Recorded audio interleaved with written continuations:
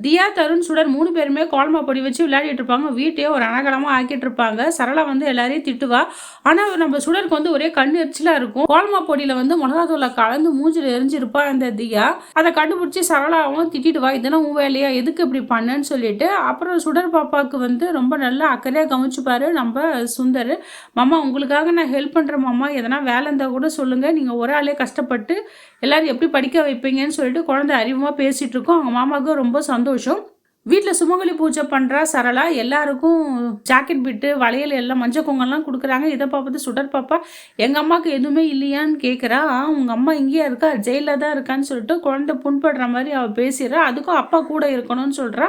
அதனால சுடர் வந்து ரொம்ப வருத்தத்தோட அழுதுட்டு இருப்பா. அவள சமாதானப்படுத்துவாரு. "என்ன குழந்தைகிட்ட எப்படி பேசணும் உனக்கு தெரியாதான்ட்டு."